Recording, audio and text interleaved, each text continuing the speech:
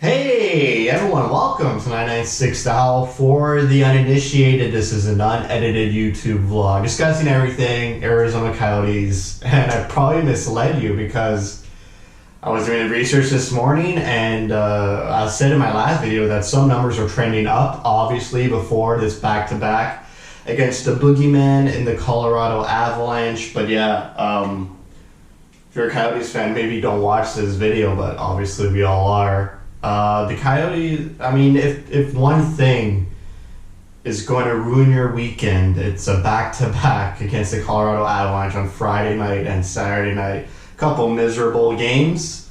And seems like the Coyotes need a break. They're off until Wednesday night, where they go to LA for one game, which is weird. But I think the fans need a break too. Probably I need a break, but you know, I gotta make content for you guys. I got one more video up my sleeve before Wednesday until we get back into the video vlogs after each game.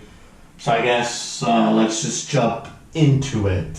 9-9-3. Actually, it's 21 games, not 20 games, because it seemed weird to do a video the morning of a game where they have a game at night, because it would just muddy the numbers. It was a good break, a good 3.5 day break where we could just digest these numbers, look at trends, and see what's going on with Coyotes, because it seems like something bad is going on. So 21 games, 9 wins, 9 regulation losses, 3 extra time losses. That's 21 points in 21 games. 6th in the West in total points. 6th in the West in terms of point percentage, which is up from 45%, which is one of the only good numbers that have increased since our first 10 games. So they were at 55% prior to the Colorado series, which is more acceptable. Obviously, Colorado's a great team. They're really finding their groove. No idea how they lost 6-2 to Minnesota on Wednesday night. I'm actually scared to face Minnesota now. So goals for has decreased since their first 10 games. They had 2.7 goals per game. It's down to 2.57. As you can see here, this is the offense. There's literally no one else. I'll get into that later. There's literally no one else scoring goals after this. So goals against has actually gotten worse, where it was actually really bad. In my last video about their 10 games, it was 2.9, and I said that's way too high. That's not Coyotes hockey. And it's actually up to 2.95. Obviously, they let in 6 goals last night, which is going to skew the numbers a bit in a shortened season. This is not Coyotes hockey. They have the same defensive personnel and the same goalies. I don't know how they're running away from their track. Their save percentage is actually decreased. I know I'm jumping ahead here, but the Coyotes are known for tight defensive hockey. Yes, pretty much like 90% of their games are one-goal games, one-goal deciding games, which is still on trend for Rick Tocchet Coyotes hockey. But I don't know how they're letting in so many goals, no matter who's in net. Ranta, Hill, or Kemper, their numbers are way below their average. It's not their identity to allow so many goals. OEL just looks out of place in his defensive zone. I'm really disappointed to how OEL has played since his injury. It seems like every goal that gets scored, he's on the ice. So even after Saturday's game, his post-game comment was he took a bad penalty, which it was. And from there, the Avalanche just avalanched onto the Coyotes in terms of goals. But the game was way over before the third period anyways. You can't let the Avalanche get 20 shots in the second period. So let's move on. The goals against, it's bad. They got to rectify it. They have they have Rick Tocchet and Phil Housley as the same coaches, but they added the Tucson Roadrunner coach Jay Verdi and Corey Stillman as another new assistant coach. So they got to rectify that. They know they shouldn't be allowing so many goals and so many high danger chances. They got to fix that right away. Power play is actually 3rd in the division, one of their best numbers, but it's actually down from their first 10 games. It's at 19.18, whereas it was at 19.44 in the first 10 games. Power play, it's clicking. It's still not good. It's not good enough to propel you in the playoffs. Their average power play numbers, they're not lethal on the power play. Their goals they score on the power play are gimmies. They're not lethal. It's like 1 out of 5 power plays are actually good. The rest, like the Coyotes, have trouble getting the zone, trouble setting up, trouble getting high danger chances. It's like a struggle for them to get a power play goal. So I'm surprised they're third in the division. Minnesota actually has like 8% power play, which is abysmal. I don't even know how they have 8% power play numbers, but yet they're 12-6. PK has decreased. Again, the Coyotes used to be known for amazing penalty killers, amazing defensive systems. It's all breaking down this season. They're at 81.69. They're 6th in the division. It's down almost 3% from their first 10 games. So again, their defensive coverage is bad, yet they have the same players that they've had for 4 years now. I'm talking Goligoski, Jomerson, Chychrun, OEL, Osterley, Labushkin. It's the same D people, the same goalies. So whatever new thing they're trying, maybe they want the defenseman up in the rush, which is looking like what's happening. But only Jacob Chychrun is scoring goals. There's literally no other defenseman with a goal. Osterley has 1 empty netter. So, and Labushkin's goal last night was credited to Larson, Johan Larson. So yes, even though this new system this season seems to be the defensemen get free reign to join the rush, they're getting bit. That actually doesn't even make sense because on the penalty kill you're not getting the rush. But I'm just trying to see what's happening with these bad goals against numbers, bad PK, bad save percentage. Something's not working here. Save percentage, like I've been talking about, is down from 90.50%. It's down to 90.20%, which is below league average. Last season, they ran 91%, around there, maybe 92%. So that's gone in the dumps. And their possession numbers, which were great in the first 10 games. And I was really harping on the fact how the Coyotes have changed their offensive system to hold the puck more in the offensive zone, cycle more, but it's not being sustained. They're dropping down to 6th, and it's at 48.6% in terms of possession against the other team. If you're over 50%, you're controlling the puck more than the other team. So in the first 10 games, they're well above 50%, so that means they're controlling the puck more. But now the other teams are starting to control the puck more. They're starting to get hemmed in their zone for longer, which we saw a lot of in the Avalanche back-to-back games, and even the Ducks, only in the first period though.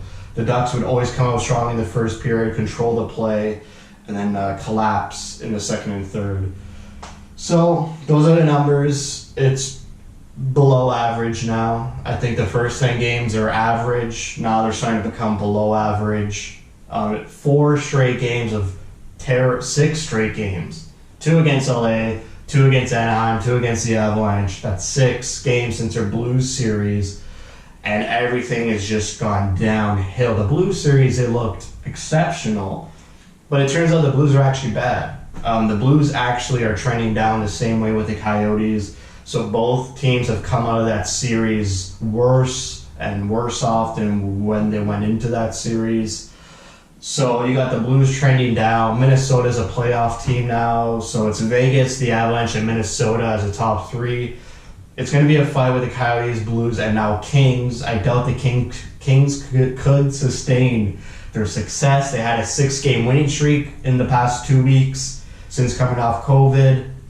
The Blues are trending down with their number of injuries, but Tarasenko is coming back. So it's still a fight. They're not even out of it, the Coyotes. They're like 1 or 2 points out of third and second place. I know they've played a lot of games, but they're facing this hump, this imaginary hump where they got to get over this 500 NHL mark. They're at 9-7-3 prior to the Avalanche series, which was good. 2 games above 500. You got to extend that. You got to get over that. You look at the Wild. When they went in that COVID break, they were 6-6, or 6-5. Sorry, 6 wins, 5 losses. Now they're 12-6. They just increased that NHL 500 mark to like NHL 750 mark.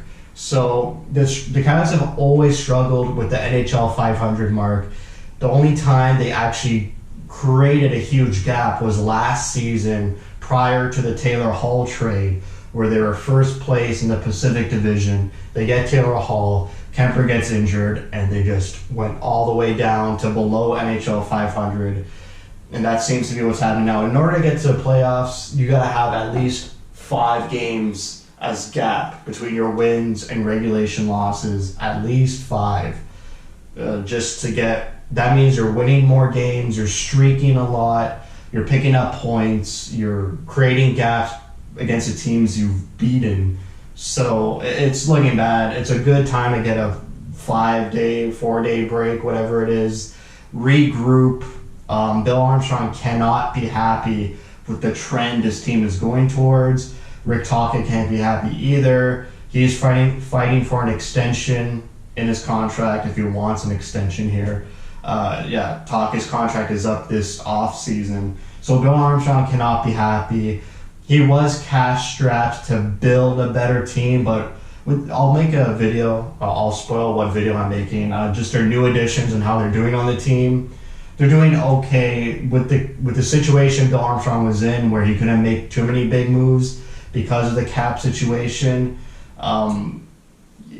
He probably expected a little bit better out of these players, more grittiness, more heart. But when you have players like Dryden Hunt, John Hayden, Christian Fischer, Drake Caggiula all in your lineup playing in the same night, they're all the same player. They're all the same. Like, they won't score, they won't generate offense. They're just good to stop the opposing team from cycling. Maybe they'll play more in the opposing end, but they won't get grade A chances. They'll just cycle it around. So this offseason, he has a lot more cap room to make some changes. I feel like you can't have so many of those players on your roster. You got to get some offensive, mojo in your lineup. Even Krause hasn't scored. Like, you can't have Krause and Fischer on your roster where neither of them are scoring, because then Fischer's just redundant then. Move Krause and move Fischer out of the team, and Krause replaces Fischer, because if they're both not scoring and they both kind of do the same thing, it becomes redundant. I know we all love Fischer, but he's struggling a lot. So is Krause, but Krause looks better. But like I said, they both do the same things. If Fischer's not scoring and Krause isn't scoring, Krause should be in Fischer's spot, and then you could replace Krause's spot with someone with a more offensive upside, which I hope happens this offseason. Just kind of inject more offensively minded players, and then those players like Pitlick and Krause go lower into your lineup, but they're still good players, better than like John Hayden and Christian Fischer. Like, if you place Hayden and Fischer and Caggiula with Krause, Pitlick in your lineup, that's good, because then that means you're getting more offense in your top 6 as opposed to having those type of anchor players in your top 6. So since we're on the topic of players, these are the player stats. Really good. This is about 6 players here. This is all the offense the Coyotes have. The next person with goals after Chychrun is Pitlick with 3 goals and Brassard with 3 goals, but they have pretty low assist numbers, like 4 or 3 respectively. Below them is like Goligoski, only 1 assist. Demers, only 1 assist. Krause, 2 assists. Fischer, 1 assist. It's like, we're in 20 games here, and these players have 0 goals. Like, they're on pace for like a 2-goal season in an 80-game season. It's like, what's happened? Like, there's literally no depth after these guys. OEL has 8 assists in about 11 games he's played. He's got to get his first goal too. So there's no depth on this team, but their star players are playing like star players. Kessel is finally playing like a star player. Let's get into it. Dvorak leading the team with 9 goals, 7 assists, 16 points. That's great for Dvorak. He could eclipse his career high numbers in such a shortened season. He was quiet in the Avalanche series. Yeah, he was quiet in the Avalanche series. Disappointing to see that. Garland was held off the ice Saturday night, even though he wanted to play. But Tocchet kept him out of the lineup, I guess, just in case he hurts something. They have a lot of days off, so he rested Garland and Kemper. They're 2-star players, so maybe that's a good coaching decision. 7 goals, 12 assists, 19 points in his 20 games he's played. So he's still maintaining close to a point per game pace. Garland is the best player on the team. Loving what Garland is doing. Very underrated. The opposition is like taking whatever cheap shots and liberties they can on Garland, and it's kind of embarrassing actually how no one is really stepping in immediately when these opposition teams are taking liberties on Garland. So while he's on lines with like Keller and Schmaltz, they're not going to fight, but the defense need to get in there. Whether it's Chychrun, OEL, Labushkin, Jalmerson, Osterley. If you see Garland getting cheap shotted, you got to get in a scrum and show the other team that they cannot take those hits on Garland. Schmaltz has been quiet. 6 goals, 8 assists, 14 points. He started the season hot, but he's been a bit quiet the past 4 games. Kessel's been hot the last 5 games. 8 goals, 8 assists, 16 points. He's already eclipsed half his goal mark from last season in only 21 games. Whereas last season he played 71, 72 games. Keller was ghosting a bit in that Anaheim series. Yeah, even the LA series, a bit of a ghost. Especially that first Avalanche game Friday night. Even Saturday night, he was a ghost too, but he managed to get a goal off a tip-in. Keller, Friday night and Saturday night, every time he was on the ice, it seemed like he was falling. Not sure what that was about. 6 goals, 8 assists, 14 points. Tied identically with Schmaltz, which is funny because they're line mates and friends. So Keller needs to get it going a little bit. And then Chychrun, who's had a fantastic season, monster performances against the Anaheim Ducks. 5 goals, 10 assists, 15 points. Keep it going. Chychrun is the number 1 D now on this team, eclipsing Oliver Ekman-Larsson. His passion, his drive, he wants to get in the rush, he wants to make plays, he wants to puck, he's good defensively, so very good to see Chychrun there. I'm liking Garland and Chychrun and Dvorak's season a lot. It's very promising for the future, so if they can keep this up into subsequent seasons and just add some players around them, that's a good core. Obviously these guys are part of the core too, Schmaltz and Keller, but need a little bit more from them. But it's good to see Dvorak, Garland, and Chychrun, reaching that star status on the team and actually producing. So that's good. But yeah, like I said, this is all the offense. They're lacking depth. Obviously, it was hard for Bill Armstrong to add depth in the offseason with the cap scenario, but they just, I don't know who scores after these guys. It's like Krause is obviously playing below his average. He had 15 goals last season, so Krause needs to get it going. Pitlick has 3 goals. He plays well, maybe a little bit more there. Brassard with 3 goals, yes, he should be scoring a bit more. But I think it's the defense. Goligoski needs to score. He needs to get more than 1 assist in 21 games. Demers has played himself out of the lineup. OEL needs a goal. He hasn't scored. Osterley, he's not really a goal scorer, but maybe chip in a bit more. But yeah, they need offense from their defense other than Chychrun. Their bottom 6 is not going to score. They're not the type of players to score. They took Barrett Hayden out of the lineup to Tucson. He was like the only other player other than these guys who had potential, to put up points every night. He has 2 goals on the season since going to the American Hockey League. Maybe they bring him back up to get some goal scoring touches. He hasn't scored yet in Tucson. I think he's played 3 games. So he's not scoring there either. So I'm not sure where they get their offense. If they can't fix that, probably going to miss the playoffs. You can't get in the playoffs with only 6 players playing in the puck in the net. So kind of disappointing, kind of miserable, below average. There's an imaginary hump that they're fighting against.